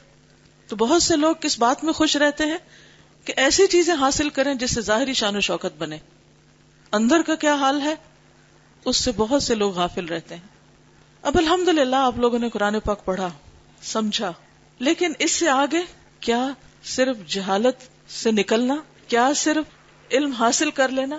کیا صرف قرآن کو جان لینا, اس کو پڑھ لینا, اس کو سن لینا, اس کو ایک دفعہ سمجھ لینا, کیا یہ ہمارے لیے کافی ہو جائے گا؟ نہیں. دوسری چیز جب تک نہ ہو, پہلی چیز فائدہ مند نہیں, اور وہ دوسری چیز ہے عمل. سورۃ فاتحہ اگر ہم پڑھتے ہیں تو ہم دیکھتے ہیں کہ 3 طرح کے لوگوں کا ذکر کیا گیا ہے. انعمت علیہم, مغضوب علیہم, الضالین. ضالین کون ہے؟ جن کے پاس علم نہیں, جہالت کی زندگی بسر کر رہے ہیں, پتہ ہی نہیں ان کے رب نے ان کے لیے کیا اتارا ہے. لیکن مغضوب علیہم کون ہے؟ یہ وہ لوگ ہیں جن کے پاس علم ہے, لیکن انہوں نے علم صرف اپنے دماغ تک ہی رکھا ہے, صرف عقل تک ہی, صرف وہیں تک اس کو سمجھنے کو کافی سمجھتے ہیں اور عمل میں نہیں لاتے. تو کوئی دوا کتنی بھی بہترین کیوں نہ ہو, اگر کوئی شخص ڈاکٹر بننے کے لیے 5 سال کسی کالج میں پڑھے اور سیکھے, لیکن اس میں سے کسی بھی چیز کو اپلائی نہ کرے ریئل لائف میں, اپنی بیماری میں یا کسی اور کی بیماری میں, اس کا کیا فائدہ ہوگا؟ کیا اس سے علاج ہو جائے گا؟ کیا اس سے شفا ہوگی؟ ہرگز بھی نہیں. آپ جتنا چاہیں سیکھتے جائیں, دن رات سیکھیں, سب کچھ ازبر کر لیں, زیادہ سے زیادہ سیکھیں, ماہر بن جائیں, لیکن جب تک عمل نہیں ہوگا اس پر, جب تک وہ ساری چیزیں ہم اپنے لیے نہیں سمجھیں گے جو اللہ سبحانہ وتعالیٰ نے ہمارے لیے اتاری ہیں, اس وقت تک ہم انعام یافتہ نہیں ہو سکتے. اس وقت تک ہماری روح اور ہمارا دل پوری طرح صحت مند نہیں ہو سکتا. اس وقت تک ہم نفس سے مطمئنہ نہیں بن سکتے. تو نفس سے مطمئنہ بننے کے لیے کیا ضروری ہے؟ ایک ایک آیت کو اس طرح لیا جائے, اس طرح پڑھا جائے کہ اس میں میرے عمل کی کون سی بات ہے, اور پھر صرف یہ جاننا کافی نہیں, اس پر عمل بھی کیا جائے. اور اگر عمل نہیں کیا تو یہ بیچ کی کیٹیگری میں آ جائیں گے, مغضوب علیہم. انعمت علیہم صرف اس وقت ہو سکتا ہے انسان جب انسان علم حاصل کرے, قرآن کو جانے, اور اس کے بعد اس پر عمل بھی کرے. کیونکہ ان کی ڈیفینیشن کیا ہے؟ الذین انعمت علیہم کون ہے؟ من النبیین والصدیقین والشہداء والصالحین. وہ انبیاء ہیں, صدیق ہیں, شہداء ہیں, نیک لوگ ہیں, صالح لوگ ہیں. صالح کون ہوتا ہے؟ کیا وہ جس کے پاس بہت علم ہو، جس نے بہت کتابیں پڑھ رکھی ہوں؟ بنی اسرائیل کے علماء سے بڑھ کر علم والا کون ہوگا؟ نبی صلی اللہ علیہ وسلم کے دور میں بھی اہل کتاب کہا گیا ان کو، اور آج بھی آپ دیکھیں کہ ان کے ہاں ایک ربی بننے کے لیے بہت کچھ پڑھنا پڑتا ہے، سال ہا سال وہ علم حاصل کرتے ہیں، لیکن کیا وہ انعمت علیہم ہو جاتے ہیں؟ ہم سب کے لیے ایک سوال ہے، تھوڑا علم بھی کافی ہے اگر اس پر عمل ہو، اور کئی سال بھی علم میں گزارنا ناکافی ہے اگر عمل نہ ہو، اگر اخلاق نہ ہو، اگر ہمارے طور طریقے نہ بدلیں، اگر ہمارے دلوں کی وحشت دور نہ ہو، اگر ہمارے رویے درست نہ ہو، اگر ہمارا اخلاق امپروو نہ کرے، اگر ہم اپنے قریب کے لوگوں میں خوشیاں بکھیر نہ سکیں، اگر ہم اپنے گھر کو خوشحال نہ بنا سکیں، اگر ہم اپنے ساتھ معاملہ کرنے والوں کو ان کو خوش نہ رکھ سکیں۔ ہر انسان جو کچھ کرتا ہے وہ اپنے پیچھے اپنے اثرات چھوڑ کے جا رہا ہے، وہ دوسروں کے لیے ایک نمونہ بنتا چلا جا رہا ہے۔ تو آئیے آج ہم سب مل کر غور کریں کہ ہم کیا واقعی ایک خوش قسمت انسان ہیں، کیا واقعی ہم انعام یافتہ ہیں، کیا واقعی ہم نے قرآن کو اس طرح پڑھا ہے کہ ہر آیت کو اپنے عمل کے لیے سیکھا اور اس پر غور کیا، اور اگر نہیں کیا تو آج سے ہی دوبارہ پڑھنا شروع کیجئے، قرآن پر غور و فکر کیجئے، اور ایک ایک آیت۔ یہ نہیں ہو سکتا کہ کچھ قرآن ہمارے لیے اور کچھ ہمارے لیے نہیں ہے، یا اس کا ایک پورشن پڑھ لینا کافی ہے، ہرگز بھی نہیں۔ ہم پوری کتاب پر ایمان رکھتے ہیں یا آدھی پر رکھتے ہیں؟ جب آپ کہتے ہیں کہ میں قرآن پر ایمان رکھتا ہوں تو کتنے حصے پر رکھتے ہیں؟ سلیکٹڈ، چنے ہوئے، بعض پر اور بعض کو چھوڑ دیں؟ ہرگز بھی نہیں۔ بعض کو لینا اور بعض کو چھوڑنا اس کا حق ادا کرنا نہیں ہے۔ اہل کتاب نے یہی تو کیا تھا۔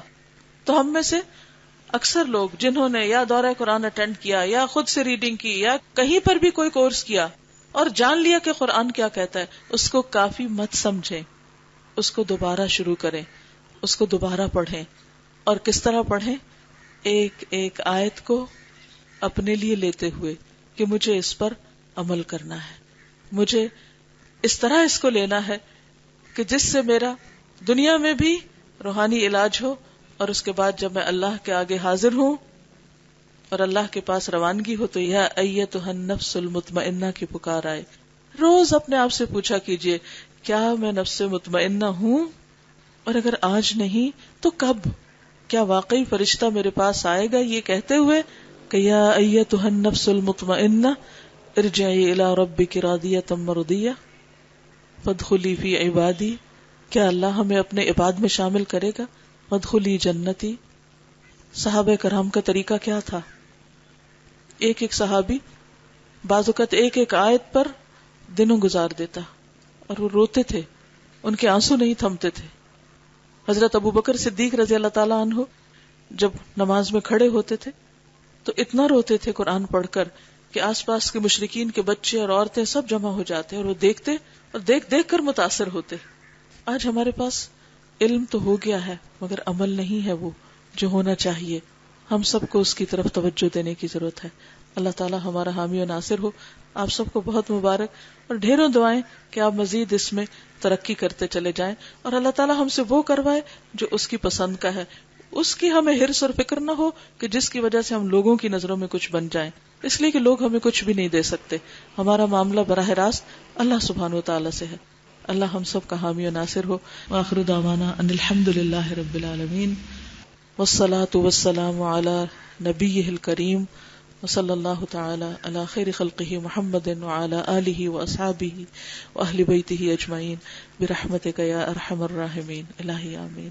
سبحانک اللہم وبحمدک، نشہد ان لا الہ الا انت، نستغفرک ونتوب الیک۔ السلام علیکم ورحمۃ اللہ وبرکاتہ۔ Ustaza to kindly distribute the gifts and certificates to the graduating students. Ustaza will first give out the gifts to the students who have completed the 6th term of Towards the Light. As I call out your names, please come to receive your certificates. First position, Saira Shamsi. Second position, Zeenat Ahmed. Third position, Ameera Kiran Khan. The other students who have completed this 6th term, Iram Saeed,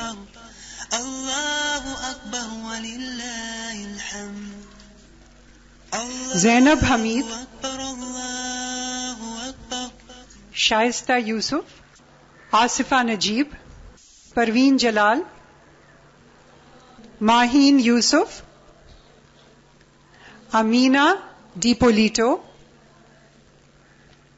Shehnaz Khan, Aisha Amir, Nageen Parvez, Huma Imad, Safura Fatima, Nazia Jatoi. Then those students who have had full attendance during this 6th term, Saira Shamsi, Zeenat Ahmad, Huma Imad, and Shaista Yusuf. Please come to receive your prizes for full attendance, not a single day missed. And now the graduating students of this term, Saira Shamsi, Zeenat Ahmad, Amira Kiran Khan, Zainab Hamid, Asifa Najib, Parveen Jalal, Amira, Zainab Hamid, Asifa Najib, Parveen Jalal, Aisha Amir, Nazia Jatoi, Farah Farid Rizvi, Javeria Afghan, Sadaf Mubin. There are 3 students who have almost completed the term and they wanted to come here to receive their certificates from Ustaza, Iram Saeed, Shehnaz Khan, and Sadaf Mubin. And finally, we have one student who has never ever missed a class in these 3 years, Saira Shamsi. Jazakillahu khair, Ustaza. May I request Zarina Appa, who is the patron of this program, to kindly come to the stage to give out some gifts and certificates. The graduating students, Saira Shamsi, Zeenat Ahmad, Amira Kiran Khan, Zainab Hamid, Asifa Najib, Parveen Jalal, Aisha Amir, Nazia Jatoi, Farah Farid Rizvi, Javeria Afghan. And we have a few more students who have almost completed the course, Iram Saeed, Shehnaz Khan, and Sadaf Mubin. Kindly come here to receive your graduation gifts. Jazakillah khair, Zarina Appa. May I request you all to kindly take your seats. We have a little bit of the program left. The students have made some presentations to show to you all. So please take your seats. Assalamu alaikum rahmatullahi wa barakatuhu. I am presenting one of the presentations that we did during our 3-year course at Towards the Light. The subject of the presentation is love for Allah subhanahu wa ta'ala. Who is Allah subhanahu wa ta'ala? He is the creator of the universe and everything within it. He is the sustainer. He is the Almighty, capable of doing anything He wishes to. He says it and it is done. Do we really believe in His presence? Do we trust the fact that He will sustain us no matter what happens? As Allah subhanahu wa ta'ala has said in Surah Ar-Rahman, and the heavens He has raised high and He has set up a balance. Looking around at His creation, looking at the world, everything, you can see Allah subhanahu wa ta'ala's presence, His love for His creation. As I was just saying, does this world around us give us a message? Yes, indeed it does. There is a clear message that there is a creator. All this that is around us could have not happened without a creator.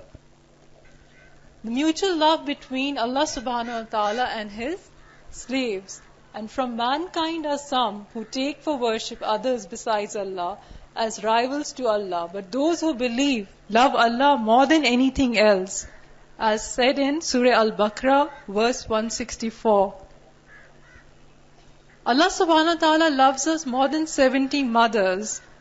I mean, there are countless verses which show the mutual love between Allah subhanahu wa ta'ala and His creation, the people. Love for Allah subhanahu wa ta'ala. From our aspect, a heart filled with love of Allah is a heart that finds peace and tranquility.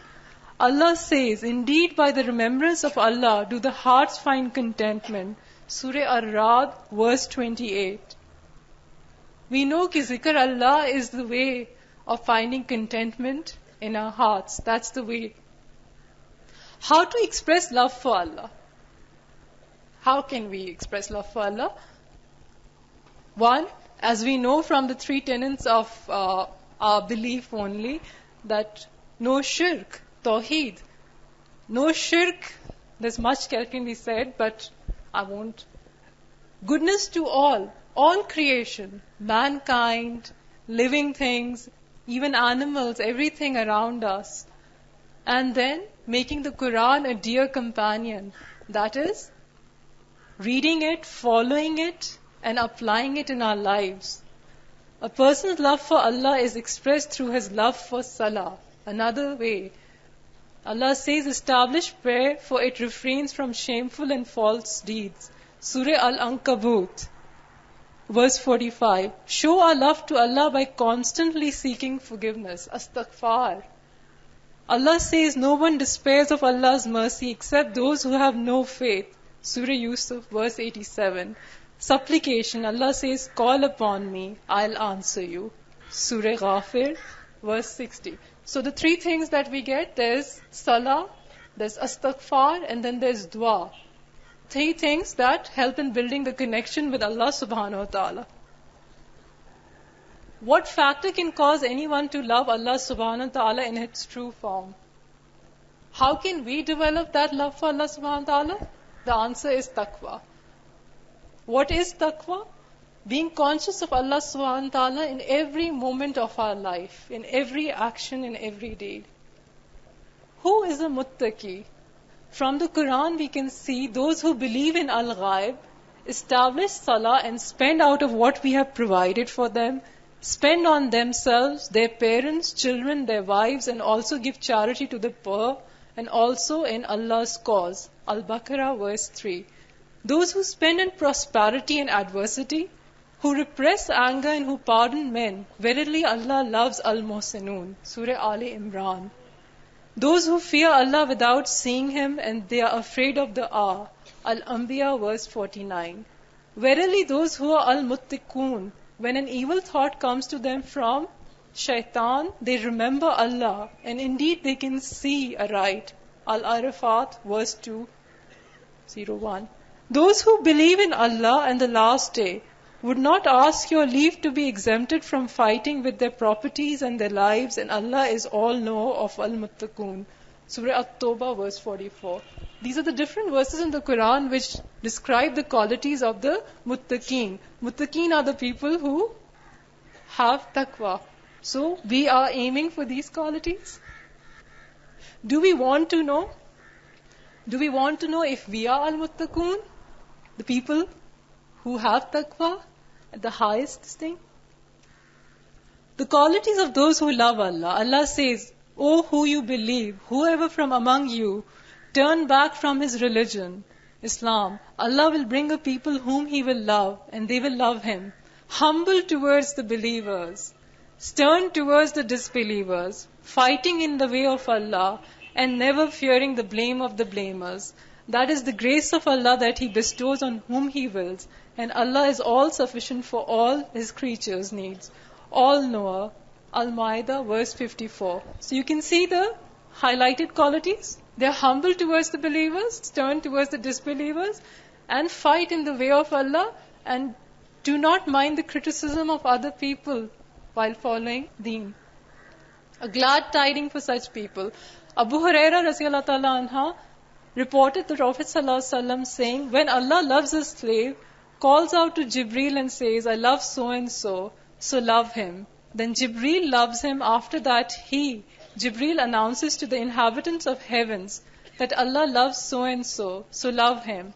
And the inhabitants of the heavens the angels also love him, and then they make people on earth love him. Al-Bukhari and Muslim. You can see the qualities of those whom Allah loves. Those who do good and do good, truly Allah loves al-Muhsinun, the good doers, Al-Baqarah, verse 195. Those who repent and purify themselves, truly Allah loves those who turn onto Him in repentance and love those who purify themselves. Those who are pious, yes, whoever fulfills his pledge and fears Allah much, verily then Allah loves those who are pious. Surah Al-Imran. Those who are patient, but they never lost heart for that which did befall them in Allah's way, nor did they weaken nor degrade themselves, and Allah loves the patient. Those who rely on Allah, those who are just, to be sincere in jihad. These are some of the qualities. May Allah subhanahu wa ta'ala make us among the muttaqeen. Jazakallah. Jazakumullahu khair. سبحانك اللهم وبحمدك نشهد أن لا إله إلا أنت نستغفرك ونتوب إليك. السلام عليكم ورحمة الله وبركاته.